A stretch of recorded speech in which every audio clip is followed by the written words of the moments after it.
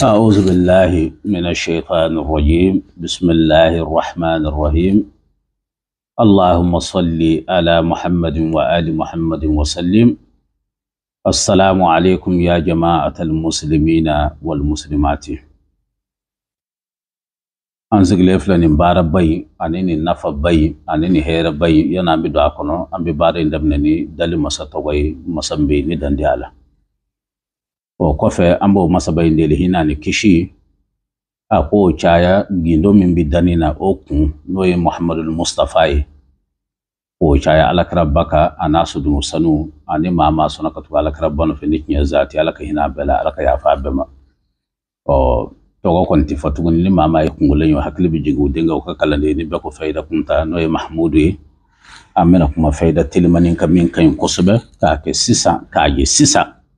mugo bi cawni muso ka ngorobo ni na ka ke domi ka na fasoro do aflani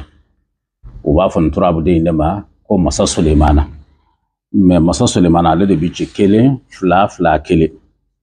to ale de masa so ma bi ci menka o de pomombo lo frabulu ibo de nyini ni mugo bi wa fla la dengele ni mugo bi wa nana de denfla ni mugo bi wa woro la densaba ni mugo bi wa tana de nduru me ibi wafla biye de da a kilingile beka ka tige ni chugola ne wafla biye tigali mbaya hakedi o gindo do bi ala ni segero do bala fongo faye ma do be nuye wafla biye dan ka saka tige o ye min tiga o bode da furabulu to kan ya kita tinye ne ka saraka ne rabi mindo wafla biye kile min bi bolde o de bi da a beka ni de mugando al ni den tando warti yela masokono warti poy sokono men yene sabaka bandoro me turabu mugo be kuma de la mina masa Sulemana ci ashiya saba pomon bolo furabul kelon kelen kam mugo bi ka war soro kam masaya soro nshiyorola wala manga barakero wala man tama yorola ni tlala dron furabul den sabal duru do iba be chongo ka ka tasmana am mugo bi dura ka saka shishi ni yake yana shishi ka ba ni ma war soro o do tle konti be fi ka girmani do mena ka blay kuna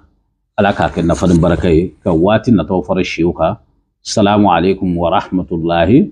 وبركاته.